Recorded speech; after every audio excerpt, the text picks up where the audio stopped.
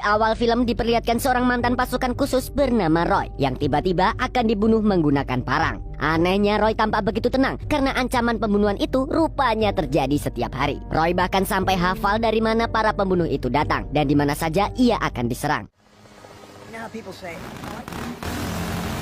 Tapi satu hal yang tidak ia tahu, sampai sekarang ia tidak tahu kenapa para pembunuh itu memburunya. Only 4 stories for streams at date rate volume.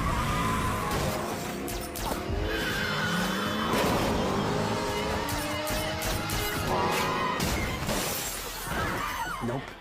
Don't feel bad. Yang membuat semua ini menjadi tidak masuk akal adalah Roy tidak bisa tewas. Misalnya dia tertabrak bis atau mobil yang melintas. Namun setelah itu Roy akan dibangkitkan kembali. Dia akan terbangun di tempat yang sama dan di waktu yang sama. Atau dengan kata lain waktunya itu terus berulang-ulang. Dan tentu saja Roy akan kembali diserang oleh para pembunuh dengan cara yang sama persis. Parahnya hal ini terjadi terus-menerus tanpa henti.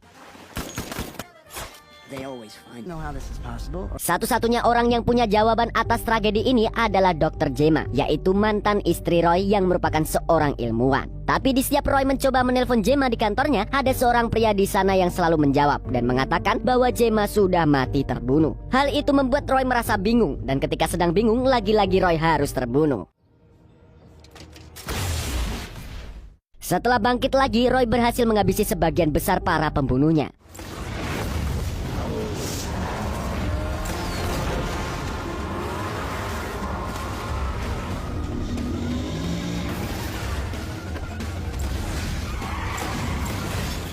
Kemudian ia pergi ke restoran Cina. Di sini Roy menyaksikan kejadian yang sama terus-menerus karena dia mendatangi restoran ini sudah berkali-kali. Sehingga Roy pun hafal dengan semua yang terjadi di restoran itu. Mulai dari seorang ahli pedang wanita bernama Feng yang datang pukul 11 siang, hingga seorang petugas keamanan bernama Dave yang masuk kerja pada pukul setengah 1 siang. Semua itu sudah terjadi berulang-ulang. Dan pada pukul 12:47 Roy sudah tahu kalau dia akan didatangi oleh para pembunuh dan A minute past this point.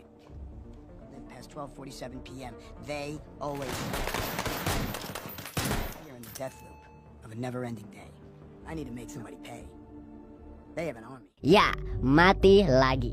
Supaya kalian tidak ngangong-ngangong, mari kita flashback sejenak. Sehari sebelum Roy mengalami kejadian yang berulang itu, ia mendatangi Gemma yang bekerja sebagai ilmuwan. Di sini dia terlihat bekerja seperti orang kesurupan di kantornya. Kantor Gemma adalah sebuah laboratorium yang dibawahi oleh bos bernama Ventor. Di laboratorium tersebut, seluruh ilmuwan dan karyawan dijaga dan diawasi dengan ketat. Ventor mempekerjakan seorang pria bertubuh kekar bernama Brad yang siap menghajar siapapun yang melanggar aturan perusahaannya.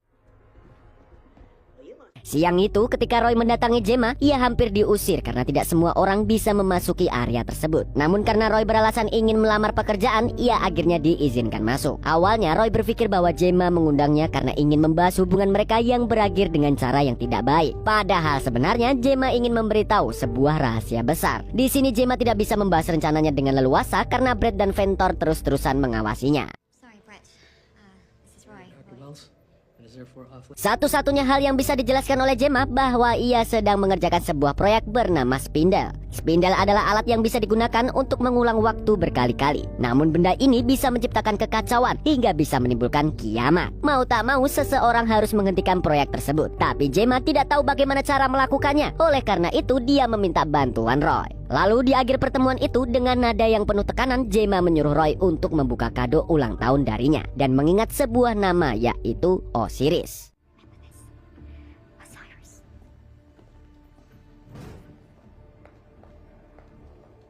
Alasan Gemma tidak bisa menghentikan Spindle adalah karena keberadaan Ventor. Pria tersebut berambisi membuat Spindle sampai sempurna dengan tujuan membuat kehidupan dunia menjadi lebih baik. Padahal dia hanya ingin berkuasa dan mengatur hidup manusia lain. Apalagi Ventor tidak peduli kalau alat itu juga bisa merusak tatanan alam. Dan untuk saat ini hanya Gemma yang tahu bagaimana cara alat itu bekerja. Sehingga Ventor selalu mencurigai Gemma karena khawatir jika Gemma akan berkhianat.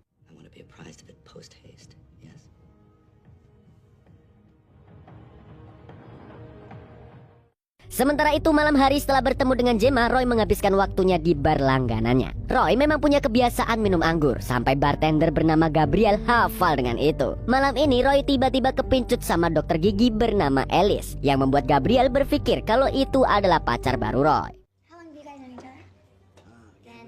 almost nothing. Akan tetapi meskipun Roy tampak bahagia ketika bertemu dengan Alice, Gabriel tahu kalau itu tidak seperti Roy yang ia kenal. Walaupun di luar dia terlihat menyukai Alice, tapi Gabriel tahu kalau Roy sebenarnya masih mencintai Gemma. Dan tidak lama kemudian Gemma pun menelpon Roy. Gemma, you okay? You alright? Yeah, I'm fine. But Di laboratoriumnya, Gemma tampaknya masih mengerjakan sesuatu padahal sudah jam 3 pagi. Gemma ini memang tipe karyawan yang punya banyak job desk, tapi gaji UMR Jogja. Wah, parah. Roy sempat khawatir, namun Gemma mengatakan sesuatu tentang proyek spindelnya. Sayangnya, Ventor langsung menyabotase telepon tersebut, sehingga Roy pun tidak bisa menangkap penjelasan dari Gemma. Ujung-ujungnya, telepon itu terputus, dan Roy memilih pulang bersama Alice. Lalu keesokan paginya, Roy dibangunkan oleh pembunuh yang bersenjata parang. Dan sejak hari itu, hidup Roy berubah total. Namun pagi ini, setelah Roy mengingat pertemuannya dengan Gemma, Roy seketika mencari kado ulang tahun dari Gemma. Di antara desingan peluru dan tembakan sana-sini, Roy berusaha memaknai isi kado tersebut yang ternyata sebuah buku legenda dari Mesir kuno yang bernama Iset dan Osiris. Setelah mati sekitar 142 kali, Roy sekarang punya tujuan yang jelas, yaitu mencari tempat yang aman untuk membaca buku Osiris tersebut. Kalau biasanya ia pergi ke restoran Cina, sekarang ia duduk di tempat yang sepi dan mencoba menelaah apa pesan tersembunyi yang dikirim oleh Gemma. I've got my first real clue to me. Guild and all magical spells for transport through the afterlife and beyond. Dalam buku itu, Iset dan Osiris ternyata pasangan pendeta dari Mesir kuno yang dianggap sebagai pelindung kematian. Mereka berdua adalah pasangan yang berpengaruh sampai-sampai si suami yaitu Osiris dibunuh dan dimutilasi menjadi 14 bagian oleh musuhnya. Sayangnya Roy yang taunya cuman gelut itu tidak paham dengan isi buku tersebut. Di tengah kebingungannya itu, ia justru melihat putranya yang bernama Joy, di mana bocah itu baru saja melakukan transaksi mencurigakan dengan seorang pemuda. Alhasil Roy pun mengikuti anaknya. He doesn't know his mom is gone. He's all alone now. Pergi ke warnet, dan transaksi mencurigakan yang dilakukan oleh Joy adalah pertukaran video game dengan seorang gamers. Dari scene ini diketahui bahwa Joy tidak tahu kalau Roy adalah ayah kandungnya. Karena sejak Joy lahir, Roy sudah bercerai dengan Gemma dan pergi meninggalkannya. Jadi hal itulah yang membuat Gemma kecewa terhadap Roy. Kenyataan itu membuat Roy merasa bersalah. Lalu ia mengajak Joy makan siang. Saat mereka hendak pergi, Roy baru menyadari kalau saat ini jam menunjukkan pukul 12:50. Yang itu berarti Roy bertahan lebih lama hari itu, karena biasanya dia akan mati setiap jam 12:47. It's gonna be pretty hard to hear, okay? I'll never live.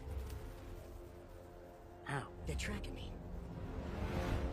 Tapi sialnya para pembunuh kembali bisa menemukannya. Di sini Roy sadar kalau dirinya memang sudah dilacak sejak awal. Namun sebelum mati, Roy pun bertekad untuk mengaku kepada Joy bahwa dia adalah ayah kandungnya. Akan tetapi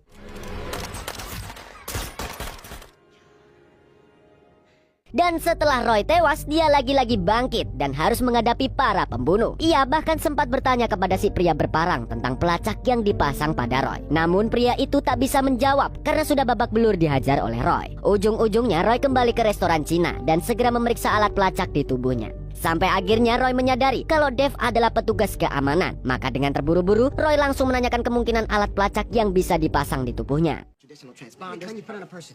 A body based or an implant? Yeah.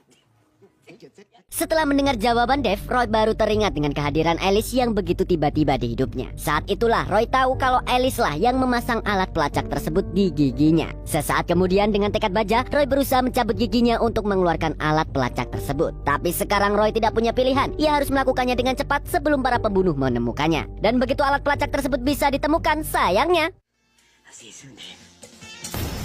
esok pagi ketika Roy terbangun dari tidurnya, ia langsung menginterogasi Alice untuk memberitahu siapa orang yang telah menyuruhnya. Dan ternyata orang itu adalah Brad. Setelah itu Roy mengulang siklusnya dengan mendatangi restoran Cina dan melepas alat pelacaknya dengan lebih cepat. Barulah Roy bisa menipu para pembunuhnya lalu membunuhnya sekaligus.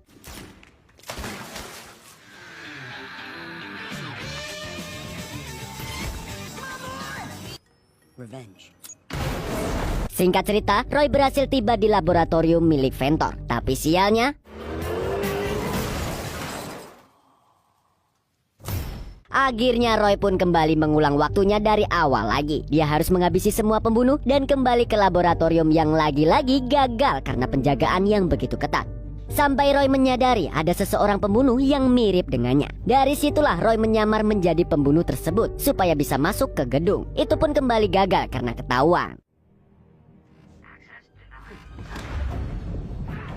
Tapi sekali lagi Roy mencoba peruntungannya kembali. Ia tak lelah mencoba dan terus mencoba sampai berhasil memasuki ruangan Ventor. Sialnya, Roy disambut oleh pendekar pedang wanita bernama Guanlin yang siap menebasnya.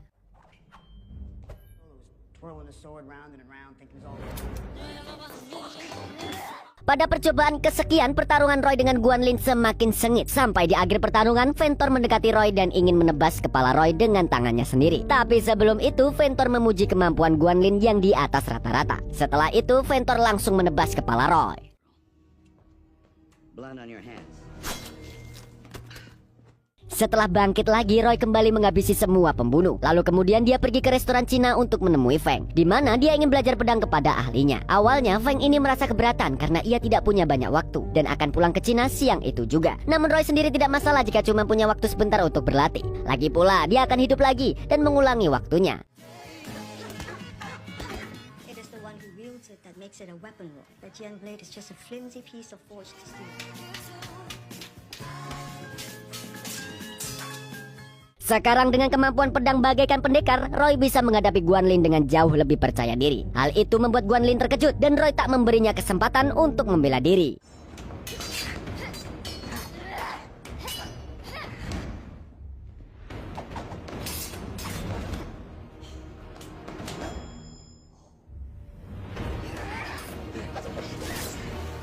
Lagi-lagi kemampuan Roy membuat Ventor dan Brad terkejut. Tapi tidak lama setelah itu, Brad justru jadi korban berikutnya keganasan Roy. Dan kini tinggal Ventor yang belum ditebas. Roy sengaja menyimpan sang raja terakhir untuk digebuki dengan tangannya sendiri. Sialnya di saat Roy menghajar Ventor sampai babak belur, Ventor justru mengingatkan Roy tentang Joy, putranya. Saat itulah Roy baru menyadari kalau nyawa Joy juga ikut terancam. My son, young Joe, isn't it? Maka setelah menghabisi Ventor, Roy akhirnya kembali ke warnet tempat Joy biasanya bermain. Tapi naasnya Roy melihat putranya telah tewas dan itu membuatnya benar-benar kecewa karena membiarkan putranya menghadapi kematian berkali-kali. Lalu anehnya di saat badai kesedihan menghampiri Roy dengan kekuatan penuh, tiba-tiba kota tersebut dilanda angin kencang. Sesaat kemudian dunia pun hancur karena ternyata angin tersebut adalah tanda-tanda kiamat. The end of the world. Ketika dunia berakhir, Roy merasa sangat terpukul. Mantan istrinya telah tewas, begitu juga dengan putranya. Ia merasa perasaan bersalahnya jadi berkali-kali lebih lipat karena ia dulu meninggalkan keduanya di saat mereka sedang membutuhkannya. Dan itu membuatnya tidak bersemangat lagi untuk mengulang hidupnya. Nothing will ever matter again. Nice job, asshole.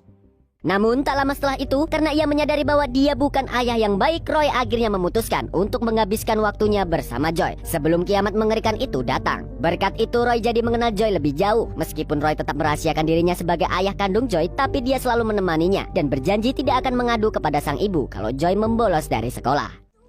This game is so old. It's called I want it all back.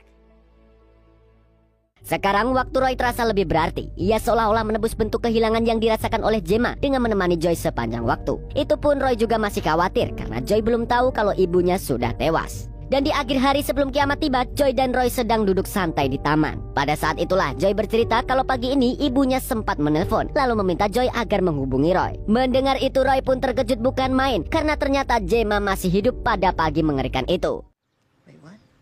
on the phone. It was weird. If anything strange happens, I want you to call me. Dari ponsel Joy, Gemma menghubungi anaknya pukul 7:30 pagi. Itu berarti Roy masih punya kesempatan untuk menyelamatkan Gemma. Tanpa ragu, Roy kembali mengulang waktu supaya bisa menyelamatkan Gemma dan Joy. Hingga akhirnya Roy berhasil menemui Brad dan Ventor yang rupanya belum tahu kalau Spindle telah bekerja. Sayangnya pagi itu Roy belum bisa menyelamatkan Gemma. Ia sudah tewas di tangan Brad, sementara Brad berusaha menghapus barang bukti rekaman CCTV. Namun dari situ Roy tahu dia punya waktu 14 menit untuk menyelamatkan Gemma lagi. Maka pagi mengerikan di apartemen Roy kembali terulang. Tapi seperti memakai cheat code, Roy mencari cara tercepat untuk tiba di laboratorium milik Ventor. Roy bahkan tidak cuma mempercepat perjalanan, tapi juga melepas alat pelacaknya. Roy berhasil mengumpulkan semua pembunuhnya, lalu menghabisi mereka dalam sekali waktu. Bring them all on. Every last one of them.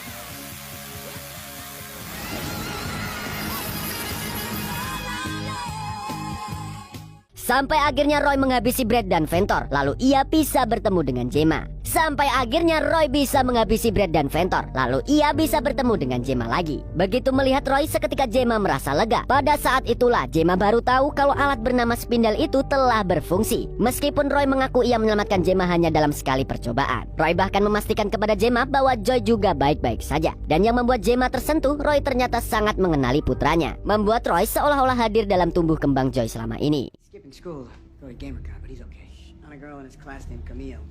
But we Jadi setelah Roy memastikan kalau semuanya aman terkendali, sekarang Gemma menjelaskan cara terakhir untuk menghentikan spindel tersebut. Dari awal Gemma melibatkan Roy dalam penelitian ini meskipun Roy tidak menyadarinya. Untuk itu Roy dianggap sebagai material yang hilang, dan untuk menghentikannya Roy harus memasuki alat tersebut agar waktu tidak berulang sekaligus menunda kiamat. Secara teori itu merupakan satu-satunya cara, walaupun Gemma sendiri juga tidak bisa memastikan apakah cara tersebut akan berhasil. Namun demi menyelamatkan dua orang yang begitu ia kasihi, Roy rela melakukan apapun. Bahkan ketika ia harus mengulang lagi kehidupan yang sama dengan akhir yang mengerikan.